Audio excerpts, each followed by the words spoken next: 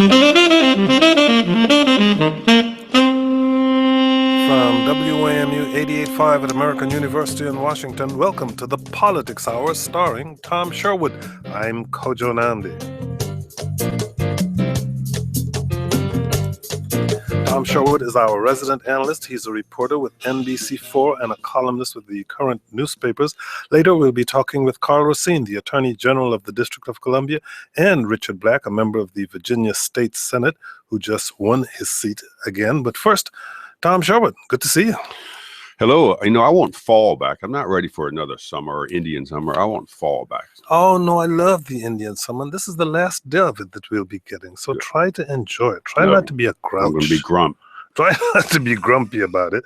You do have something you're happy about, because despite the fact that you and I both turned them down, WMATA has finally found a general manager that it feels can run the institution, Paul J. Wiedefeld. He's the former head of the Maryland Transit Administration and Baltimore-Washington International Marshall Airport. Earlier in the week, there was the news that the individual who a week ago had been identified as the front runner for the position, the individual who was in negotiations with Metro, Neil Cohen, he decided that he wasn't going to do it. But by Thursday, they came up with Paul Wiedefeld. Well, Paul Wiedefeld was essentially he was almost tied for first, but he was a second choice. But let me just be clear here. The contract has not been signed. This is true. The announcement of Paul accepting the contract has been done, and the negotiations with board chairman apparently are still going to take a week or more. But I would hope that there's no roadblocks come up. He does have very good reputation, having worked at Thurgood Marshall BWI Airport. Certainly, Leif Dormsjo, who is the DDOT director, who formerly worked in Maryland State Transportation, has high praise for him. And apparently he is not afraid to speak to the media, which is what one of the issues had been with Neil Cohen, the aerospace guy, who freaked, and I'll use that word because it was quoted to me several times, freaked over the idea that he would be subjected to media coverage. Tom Sherwood would be all in your business. Well, Mark DeCarroll here and Adam Tuss at NBC4 and other reporters and me and you and everyone else. Sherwood will be all in your business. You just cannot have a public, alert to everyone out there who's thinking about public service. If you're in the public service, you're subject to media scrutiny. Tom Sherwood will be all in your business. But let's hope that this works out. He gets in place. He doesn't necessarily need a long learning curve. He's from this area. He's aware of the transportation issues with Mark and VRI and Metro. So maybe he'll come in and start acting to get this Metro system back on track. He's got a lot on his plate, but being from this area, he already knows that. He is probably already familiar with the kind of media scrutiny that he will be getting, so he is likely not to object to that. You know what's really exciting about all of this? Dusty Baker. Who was third for Metro. Oh, yes, he should be, because he has a good sense of humor. You would need it with Metro, but that's the new manager of the Washington I know Nationals. You don't particularly, you like baseball. I like baseball. Really not I don't your follow heart it. and soul. No, that's right. But But you should have Dusty Baker in.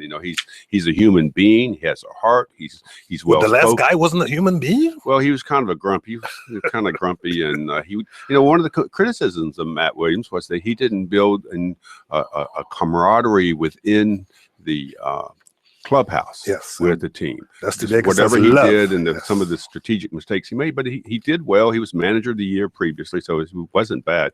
But this team needs someone to manage the personalities of the stars on that team, and so they won't have any more choking incidents in the dugout. Let's hope Dusty Baker does well. I really look forward next year to walking up to the ball game from my little apartment. And why does this topic show up on the Politics Hour? Because, well, we get to decide. DC is thinking of allowing 16-year-olds to vote in this city. They already are allowed to vote in municipal elections in Tacoma Park, Maryland. DC, however, would go even farther than that and allow them to vote in all elections, including presidential elections here. Well, I'm struggling with this because I've always thought, people at 18 should be, they are allowed to vote. If you're 17 and you're going to be 18 by the time of the election, you can register to vote. Charles Allen, the Ward 6 council member from the council, proposes that we drop this down to 16. I think it's at Tacoma Park, the People's Republic of Tacoma Park allows it. Yep. But, I don't know. Some people would say, well, you have to be 21 to go into a bar and to drink. Why don't we drop that to 18, which is the legal age for adult? Is a 16-year-old an adult? They're not charged as adult in crimes, or they're not allowed to do own properties and things like that without some supervision. Maybe it's a good thing to get them interested in voting. I'm not against it. I'm just not sure. I am not sure either. It'll be interesting to hear the arguments. Joining us by phone is Richard Black. He's a member of the Virginia State Senate. He's a Republican representing the 13th District, which includes parts of Loudoun and Prince William counties. Senator Black, thank you for joining us. Hey, Kojo, it's good to hear from you again. And Tom, look forward to talking with you. Congratulations on your victory. What do you think about 16-year-olds voting? Oh, my goodness. We've got to get real about this.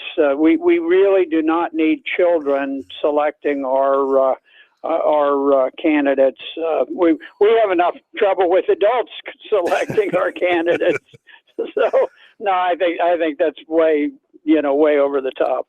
Well, Tuesday was a good day for Republicans in Virginia. Democrats had hoped to shift the state Senate their way, but they came up short, including your win in the 13th District. With control of the Senate in the balance, yours was a closely watched race, Senator Black. Both you and your opponent, Jill McCabe, raised unprecedented sums of money, and though McCabe outspent you, she failed ultimately to unseat you. What would you say were the deciding factors in the race? Well, it was a very interesting race. My opponent outspent us 2-1, roughly put about as much money into this race as a congressional race. She spent about $900,000 on negative TV ads, attacking me, and I think her entire campaign was built around social issues, particularly abortion.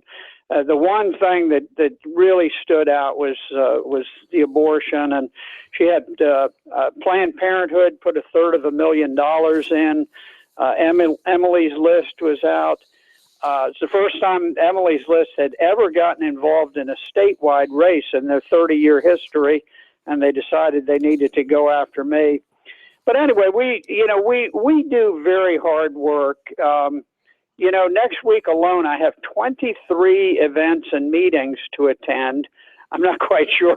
It's a little mind-boggling, but you should fire your scheduler. Well, I know.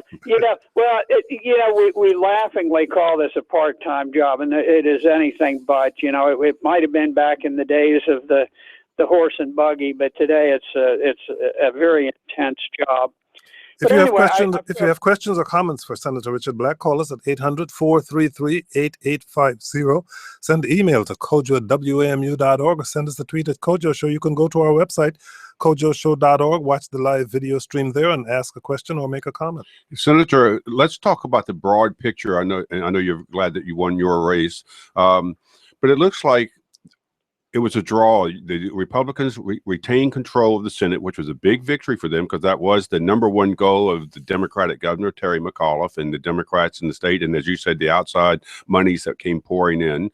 But you fought to a draw on that. In the Republican House, the 100-member House, Republicans lost one vote, dropping them down to, I think, 66 members, which means you don't have a veto-proof majority. What does the overall picture for Virginia look like this is the politics hour. What does it look like now going into the presidential race next year? Do you have a candidate for president for Virginia next year? Well, I have not quite settled on one, but I'm getting close. I think it puts the Republican Party in a very powerful position. I think if you look at things nationally, Virginia was probably the number one target for the Democrat National Committee. They wanted to break what they would consider a logjam here, where we control the Senate, we control the House. And they just threw everything that they could into it. We had Gabby Gifford's group. We had Michael Bloomberg, former mayor of New York. We had Planned Parenthood, Emily's List. Philip Munger, one of the 1%ers out of New York. A lot of New York money. For some reason, they love to try to play games with Virginia politics. But what their objective was to sort of pave the way for Hillary Clinton in Virginia in the presidential election, and I think everybody would agree to that. And they failed. They fell short on it. We continue to hold the vast majority of seats. In fact, it was kind of interesting that listening to the national overview, the Republicans now hold 68 of 98 legislative chambers, which is 2/3 of all of the legislative chambers in the country.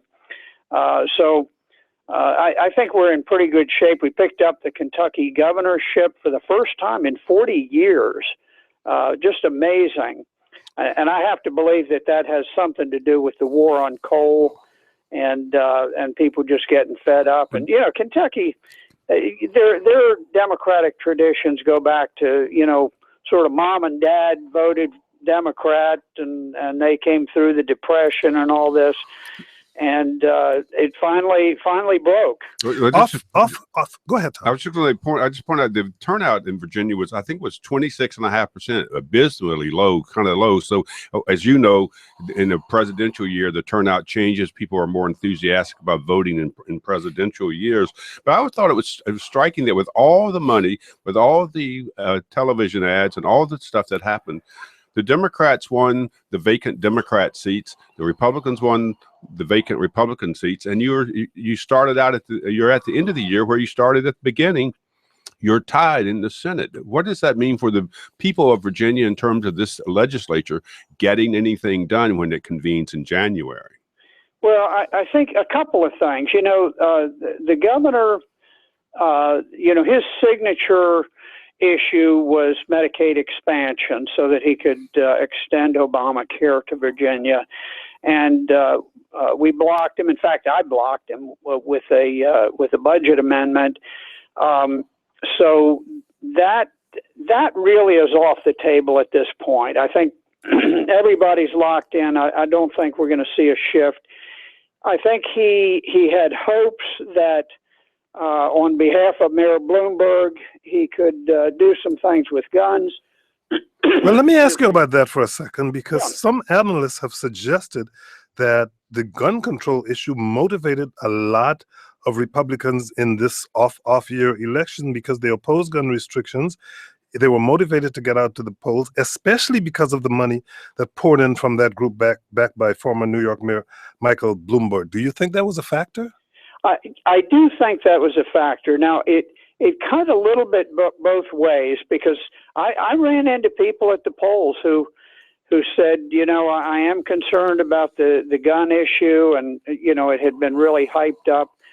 So my guess is that in some areas it probably had a net positive, but I don't think statewide it was a good strategy. I think it was a very bad strategy. You don't want to mess with the gun people. It's a very powerful lobby, and it's a grassroots lobby, and it has a lot of strength. It looks like, though, in Northern Virginia, particularly Loudoun County, Prince William, where you represent, that the trend lines, the demographic trend lines for Hispanics and younger people, more moderate to liberal people moving into Northern Virginia, is that the trend line for the Republican Party in Northern Virginia is not that good, despite the victories that you enjoyed Tuesday.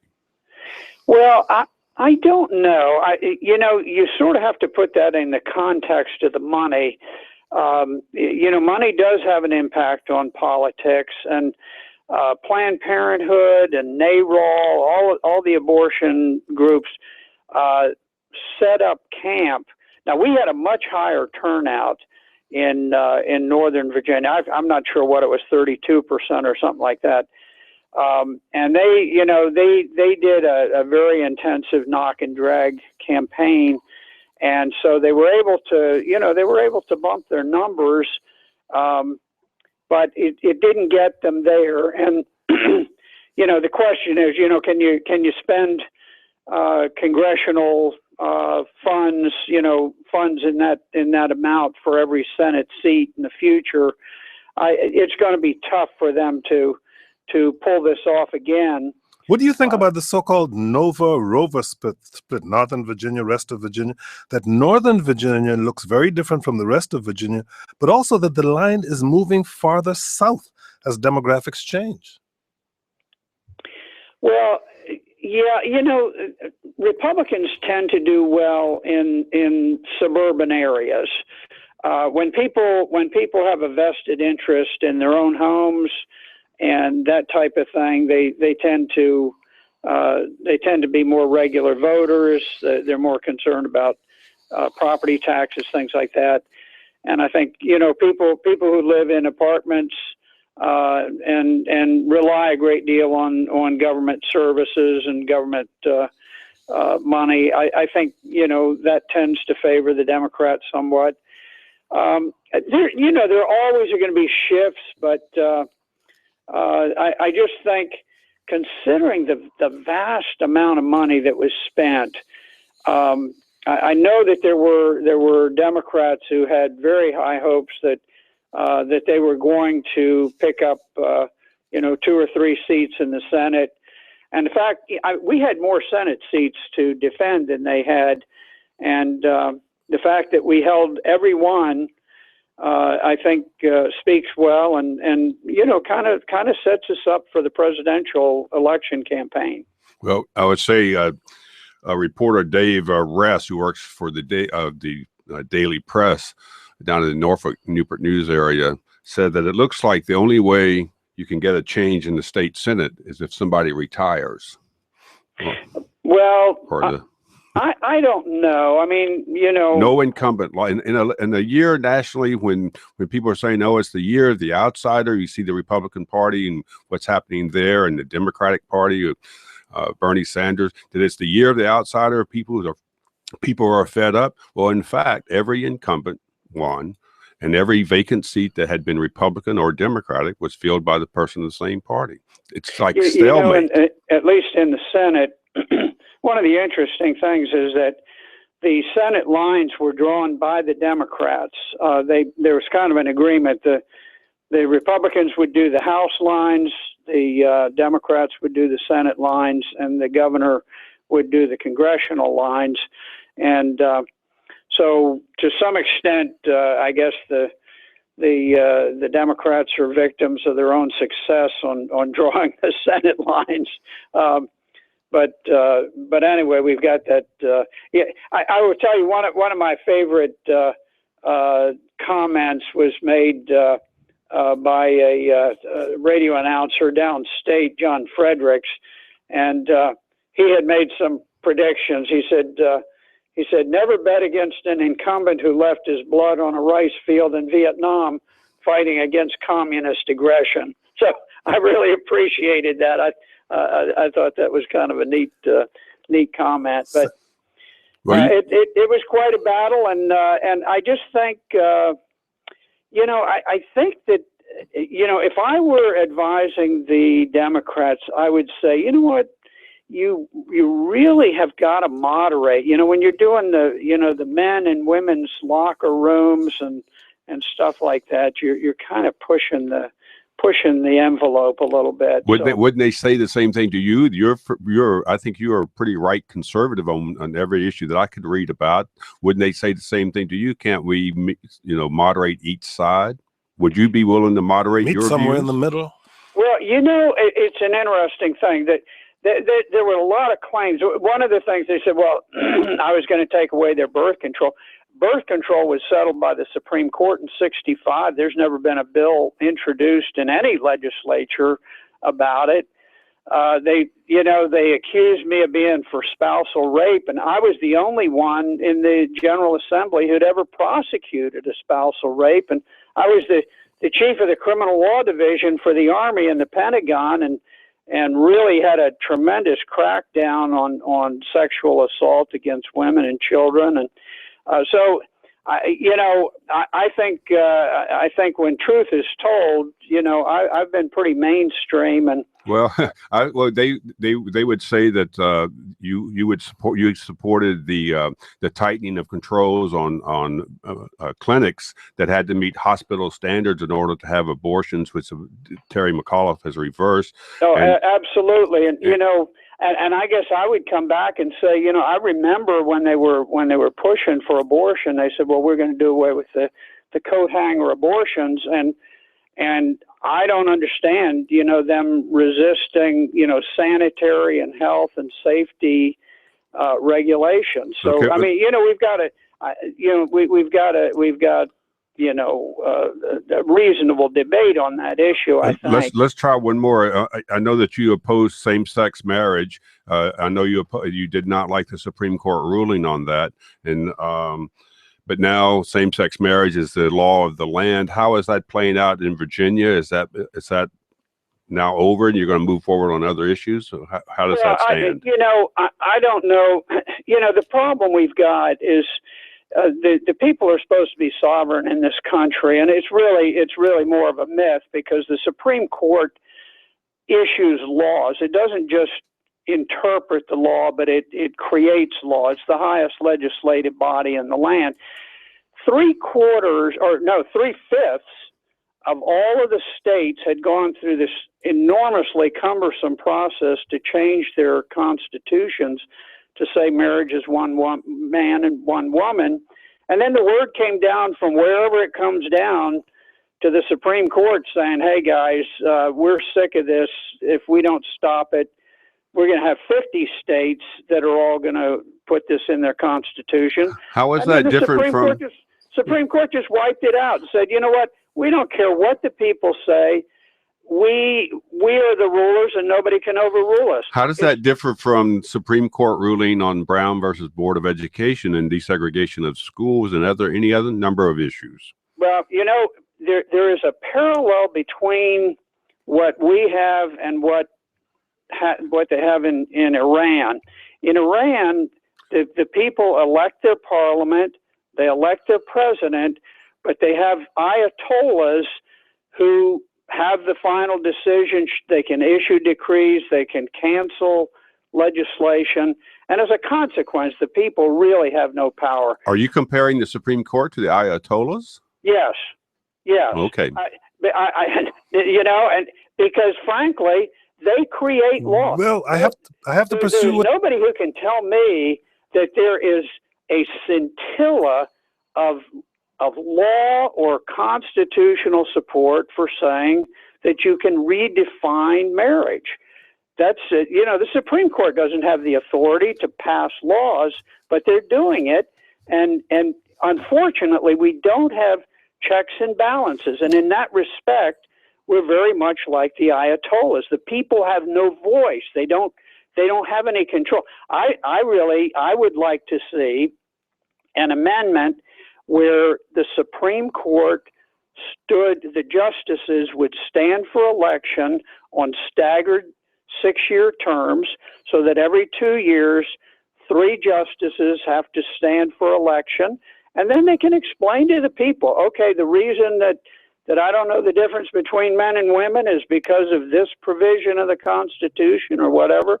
I think people would probably defer to them as long as they can actually show some law. But you're also suggesting that the final interpretation of the Constitution is something that should be put to a vote? Well, I think the question is, do we believe that the people are sovereign? That was the original premise of the United States of America, is that the people are sovereign. The people are not governed by some group of elitists who can simply wipe away whatever they do. I mean, We're running out of time very quickly, and Tom Sherwood has another question. I apologize. One quick question. You served in the Marines. You served in the Army. You fought in Vietnam. You're a veteran, and thank you for your service. What do you think about the money the National Guard has been spending to put on essentially fake programs at sports arenas around the country to honor the veterans and make it sound like it was something done by the sports entities themselves, but in fact was paid for by the National Guard. You know, now I don't blame the National Guard so much, but I blame the greedy people who run these sports teams. They ought to have the patriotism to do this on their own. Those guys are mega billionaires. They don't need to suck money out of the public trough just to show the flag and the national anthem. I think it's a disgrace. But the disgrace is not the National Guard. The disgrace is these wealthy owners of these public teams who don't have the patriotism to say, you know what, I want our flag out there. I want our national anthem. I want to show a little patriotism.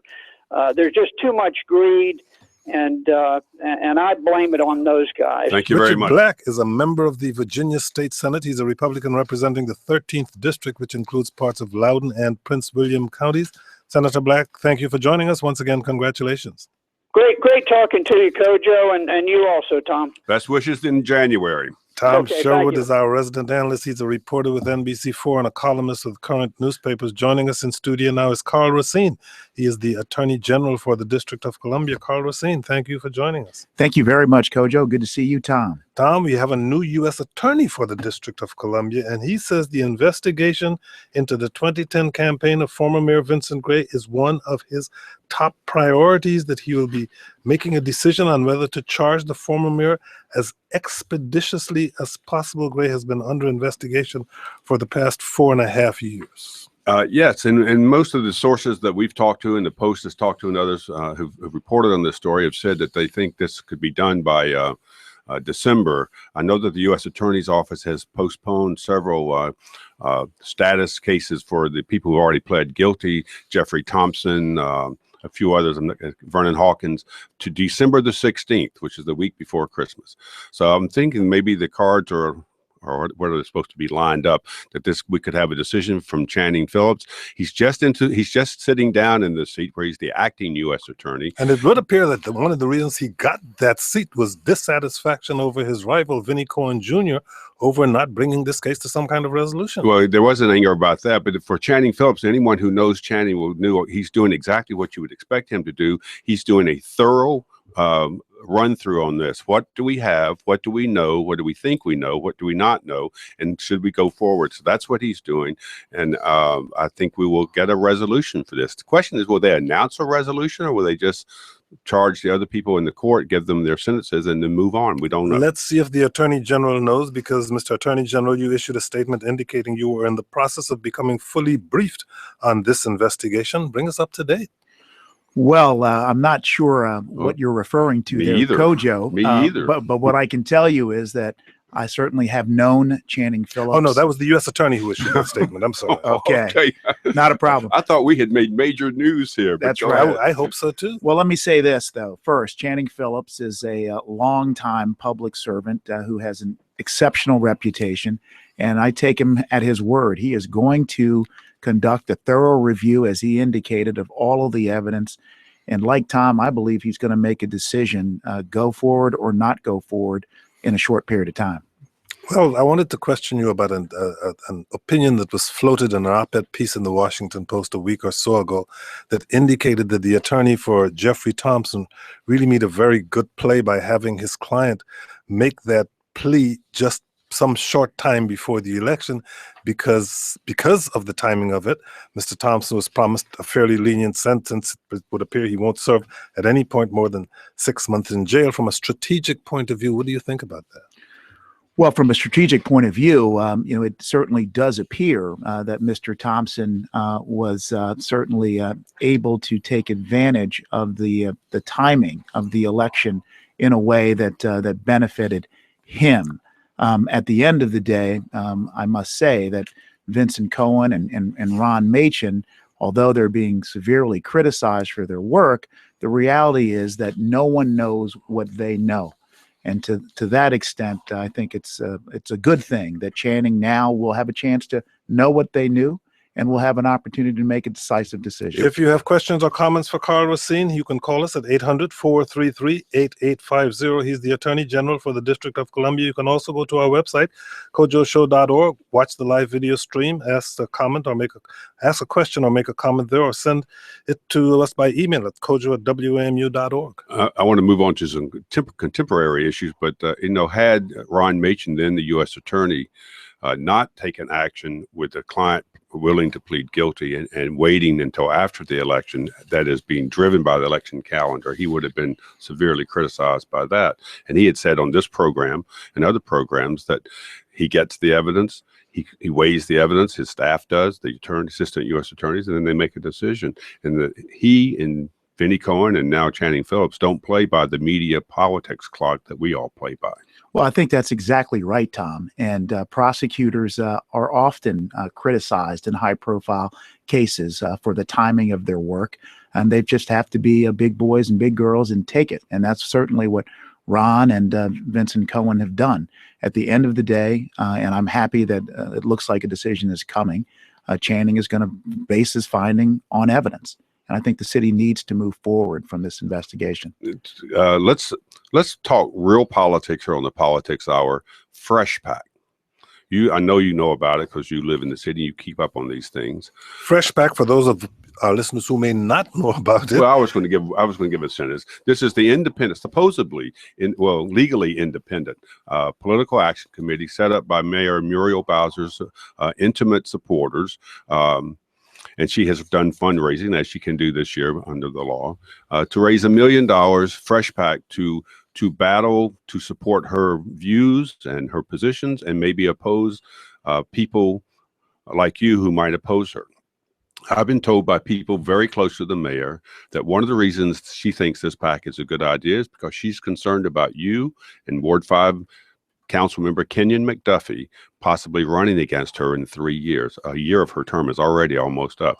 So that you are one of the reasons for Fresh Pack. What do you think about that? Well, regarding Fresh Pack, my opinion is informed, and I certainly have my views. But I'm waiting to hear them. My opinion is also informed by the views of the residents of the District of Columbia.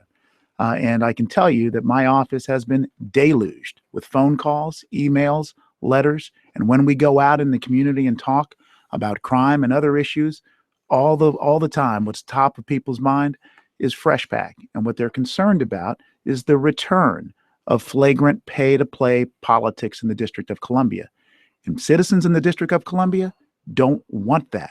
They want that day to have passed, and they really want pay-to-play politics to be over. And so what our office is doing is we're responding to the public's concerns, and we are actively working on appropriate, strong campaign finance legislation that would seek to eliminate pay-to-play. You laid out a few major priorities in your campaign at the start of your term. One big one was honest government. In terms of Fresh Pack, what are you doing to move forward in terms of accountability and, for this one, transparency for public officials and in the procurement process? Well, that's exactly what we set forth in the campaign, and it certainly was well received. Here, I think what we've got to do is go back to proposed legislation, quite ironically, that was proposed by Vincent Gray. Legislation that was hard-hitting, that was specific and direct, that would ban contractors who are seeking to do business with the District of Columbia or who are actually doing business with the District of Columbia from contributing to campaigns. Look, all right, I want to bring up something that Patrick Madden, a reporter here, and I have been working on in terms of Fresh Pack. He pressed Exelon, and we're going to get into the Exelon-Pepco merger. He has pressed Exelon to say publicly to him whether or not it has been asked to contribute to Fresh Pack. Exelon declined to say whether they had even been approached or asked. They have not given the money. Yes. They have not given the money at this point because at least it has not shown up in any current reporting file. On the Fresh Pepco Pack side, declined to say whether they asked, and Exelon declined to say whether they were asked. Well, I'm sorry, I got to talk faster because Kojo's jumping on me. I asked Pepco. I told Pepco, I said, I have been told that each of you, Exelon and Pepco, have been asked to give $20,000 to FreshPack, and that these asks came within the period of time the Pepco Exelon merger is before the mayor and her reaching a compromise. I have been this week have been told by people who are involved that the monies asked could have totaled $100,000. And remember, the FreshPack has said it wants to raise $1 million, and that Exelon and Pepco have both declined in writing to say whether they were even asked. Shouldn't the people of the city know whether these two major firms have been asked to give money to that FreshPack before the merger goes through? Well, Tom, I can certainly understand that question, and I do think the public has a right to understand whether such a request was made. And this is what causes the problem with pay-to-play politics. The public can't be confident that a deal is received on the merits, where you have contractors who are being requested, solicited, or in fact giving money when they have an issue before the government. Okay, I've asked as a reporter, I've said, I'd just like to know if you were asked. I didn't say how you were asked, what was the ask. I just said, were you asked? And I got written, no, we're not going to talk about it.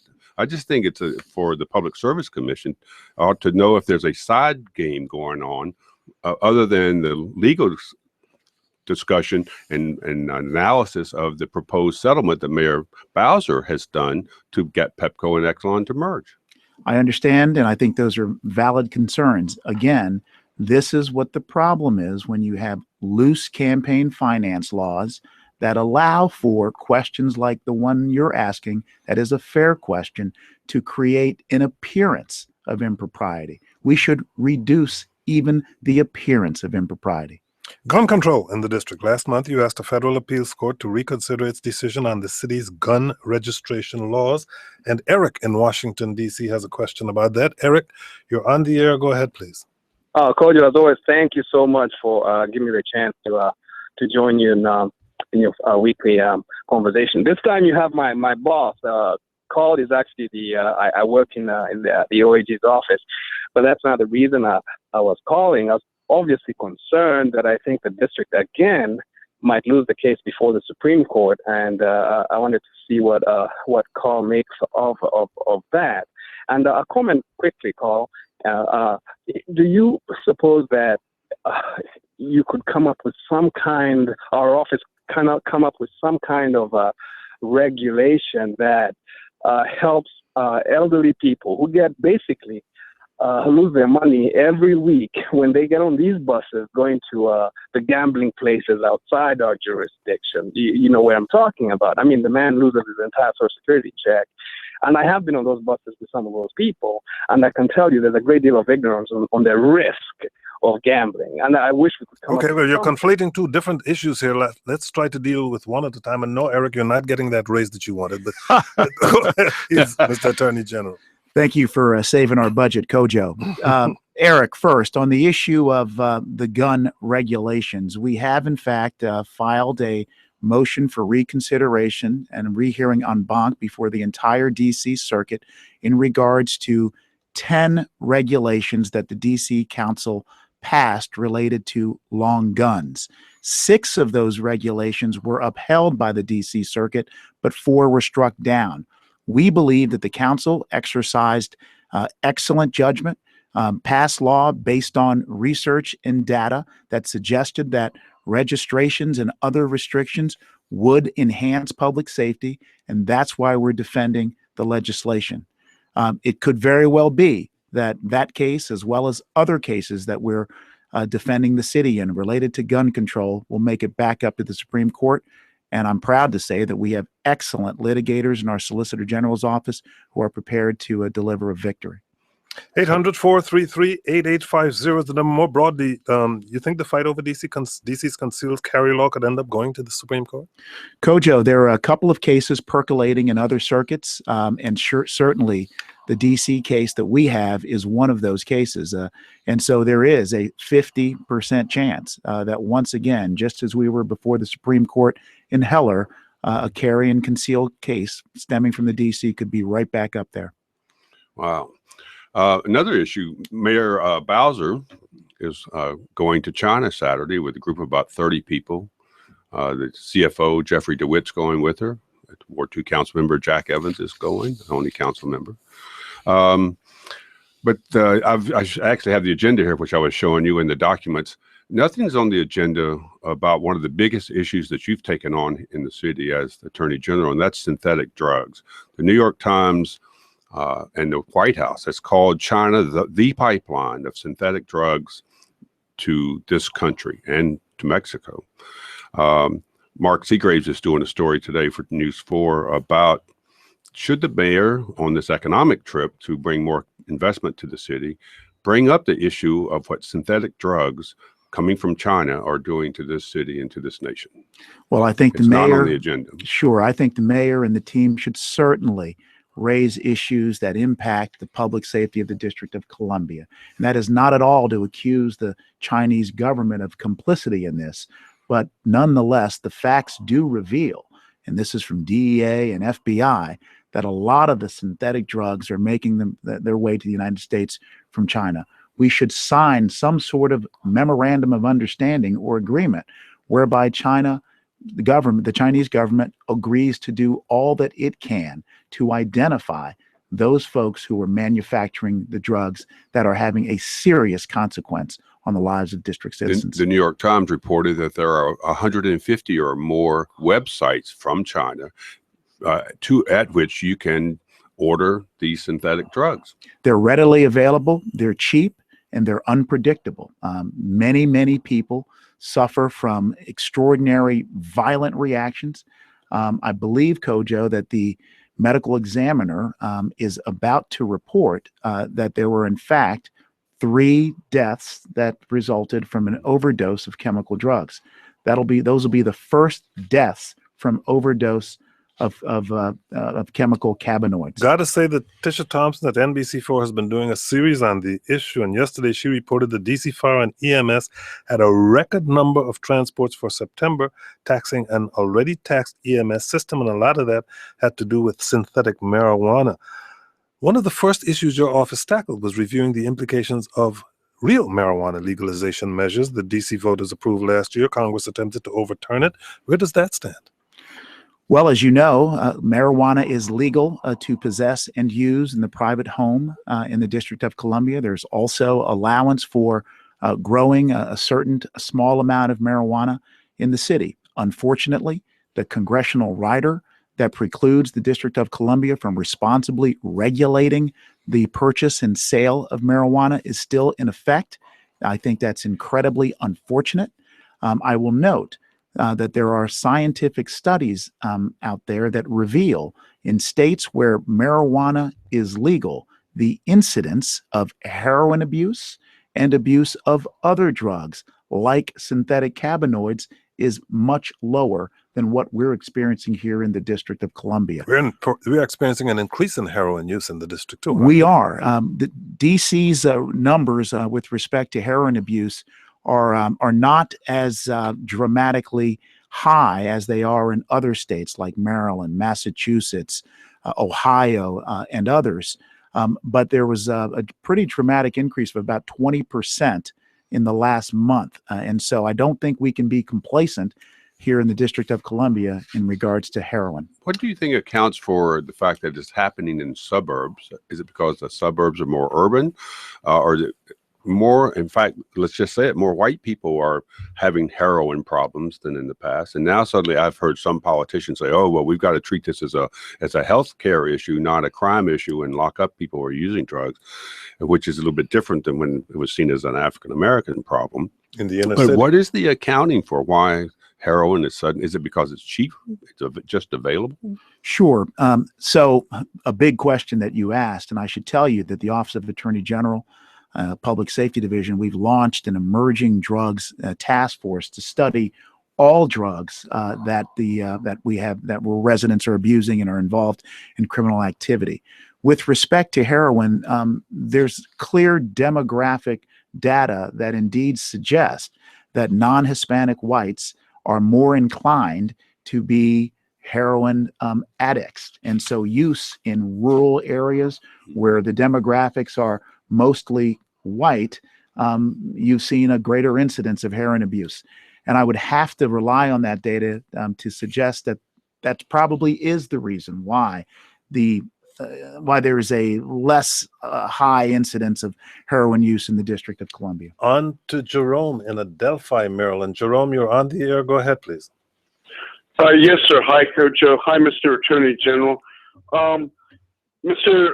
Racine, the Inspector General in the district did a report last month on the Child Support Agency, and they were actually had investigators in our office yesterday, and I was wondering, are you doing follow-up on that report, and do you have any plans you could announce on what you would do in to follow up on the IG's recommendations? What are the IG's recommendations in brief? Caller? I don't think they could. I don't think There's I could no brief. summarize them, but I think Mr. Racine's very familiar with them. Carl Racine. Sure. Here's the situation. It's not at all unusual for there to be complaints from time to time about inefficiency, waste, and other potential problems. When those complaints are made, I can tell you what our office does. We call the relevant authority.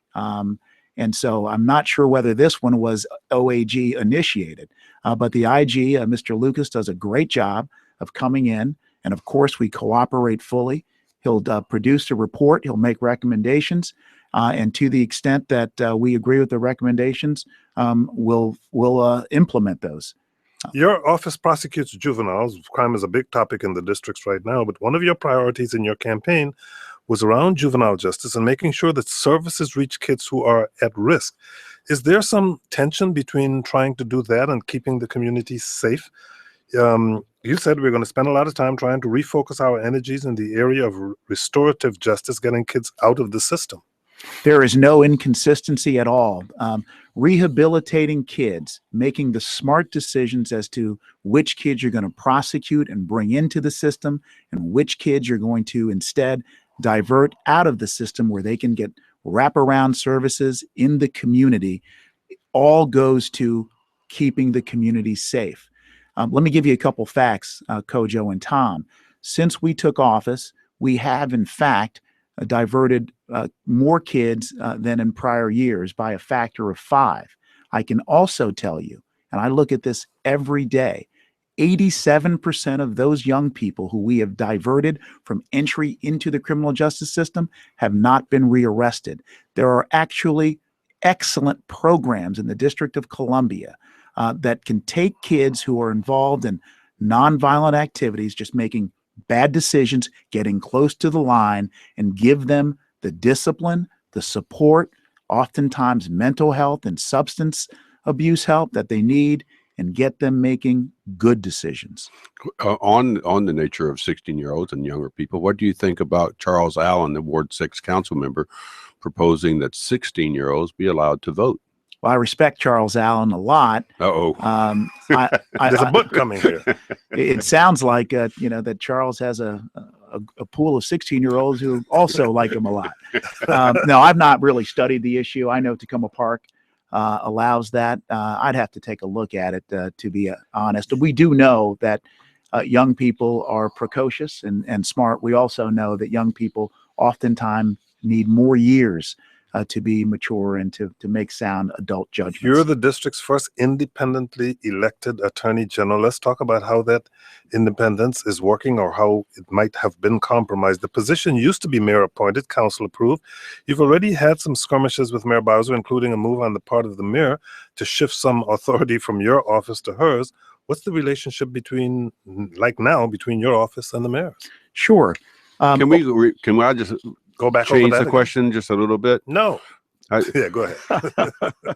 In the spring, winter and spring, when the mayor first took over, her office tried to gut your office. How's it going now? That's what I was referring That's what polite Kojo Yes. was saying. Yes. Well, indeed, you cite back to the initial months of our office, and sure enough, the executive office of the mayor proposed really dramatic legislation that seriously would have gutted the independence of the office. She wanted the as- authority to task her staff attorneys to provide legal reviews of contracts, city laws, and other matters. She wanted to which approve is her what- own contracts. Right, which is what your office does. That's correct. And the other piece of that is that the proposed legislation also sought to make our office subordinate again to the mayor's office, and sought to really eliminate the public interest charter and mandate that our office has. To make a long story short, that legislation failed. The Office of Attorney General is independent and strong. In fact, yesterday I had the opportunity to be with Attorney General Holder in the U.S. District Court of D.C., where both he and I spoke, and I gave a State of the OAG speech in which I emphasized that while we always seek to collaborate with the mayor's office and do on a regular basis, we will not hesitate to be independent, and we've exhibited such. You might recall just 2 weeks ago, in regards to the mayor's crime bill, the Office of Attorney General, in somewhat of an unprecedented move, testified against aspects of the mayor's crime bill. The warrantless The search. warrantless, suspicionless searches that would have required a federal agency to do that which they were not trained to do. We only have about a minute left. One of your priorities was to enhance the office's work in consumer protection. Biggest test so far, Exelon-Pepco merger. You opposed the original proposal, which was rejected by the Public Service Commission. What is your position now that the revisions have been negotiated Sure. by Mayor Bowser? Well, there's an untold story there, and this is where we act again collaboratively. Here's the deal. The deal is 30 that seconds. the Office of Attorney General thought that the initial proposal that Exelon made was woefully short. What about the next one? We only got 20 seconds. Here it is. We negotiated for 10 days with my chief deputy, Natalie Ludaway, who you know well. And I can tell you that Natalie Ludaway and the Office of People's Counsel went over every line of that agreement. And the reason why we have a substantial deal on the table is because OAG and EOM collaborated on negotiations. Yeah, I know Natalie And Ludaway. we'll She find out pushes fresh real facts roll. hard. Carl Racine is the Attorney General for the District of Columbia. Thank you for joining us. Thank you very much. Tom Sherwood, always a pleasure. Good weekend. Thank you all for listening. I'm Kojo Namdi. Coming up Monday on the Kojo Namdi Show, child predators, what a decades-long abuse case at a top private school says about our society's failure to protect children.